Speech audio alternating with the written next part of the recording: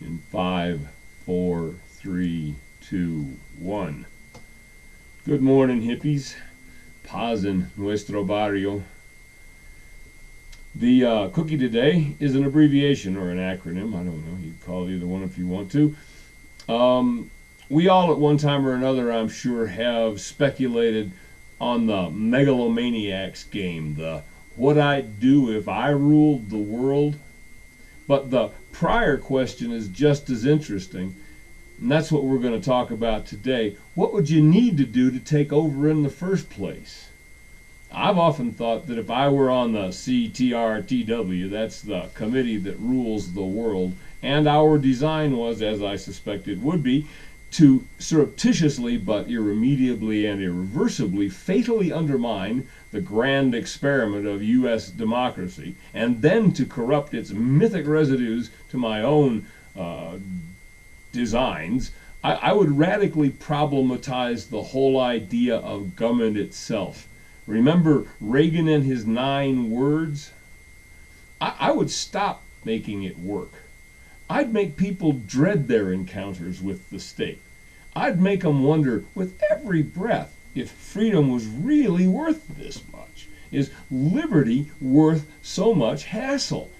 I wouldn't have to do anything any differently than any president since Reagan has done to foster that increasingly toxic institutional disenchantment among the average citizens trying to wrestle with the frustrations of their own popular sovereignty.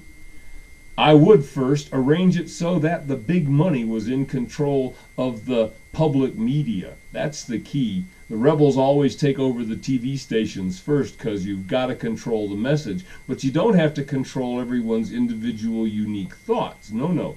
All you have to do is control the frames and the vocabulary, both words and images, and the trends, the perceptions. When you've got that much influence, thought control pretty much takes care of itself because there's really only so much you can think. I'd turn politics into a circus, a kind of pseudo-sport like professional wrestling. You know, all the wrestlers work for the same guy, Vince McMahon or somebody is God. The same company, no matter what ostensible role they play in the ring, good guys, bad guys, they're interchangeable from one night to the other. It's the spectacle that matters. Like a kabuki drama, which it also resembles anyway, it has a didactic function too. And I'd see to it that the overwhelming majority of citizens were irretrievably indentured through easy credit and home ownership to the dominant private corporate state financial structures, with credit cards functioning as the sort of daily renewal of your indenture contract to the company's store.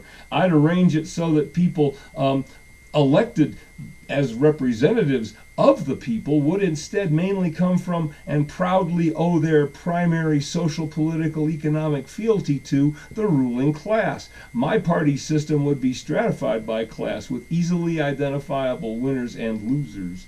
I would direct things so that my executive presidential officers were both buffoonish and ineffective sock puppets who were as divisive but as philosophically similar to one another as possible, thereby serially alienating one and then another and then another and then another constituency until no president could own the loyalty of the whole country, but only the interests of the corporate bosses.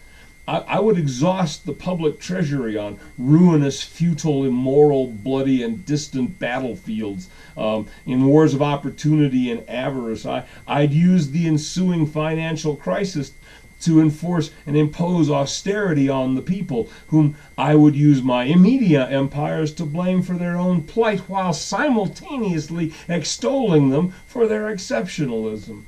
I'd unfairly use loopholes in the federal banking regulations to dispossess uppity folks of whatever race or class of the things they thought they had earned.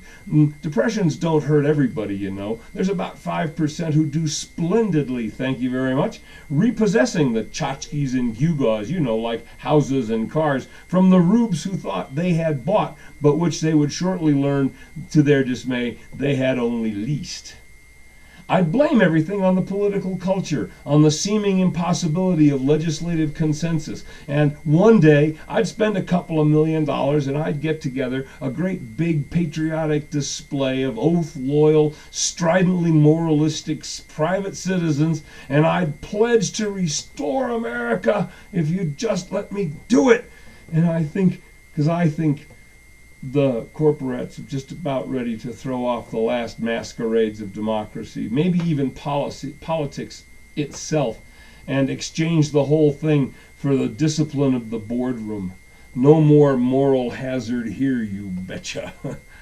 They used to say, beware the man on horseback. Today, it's the demagogue in $15,000 suits and a private jet. But beware nevertheless, because they're the same guy, hippies. Oh yeah, solidarity. Occupy Wall Street. I'll see you at the beach.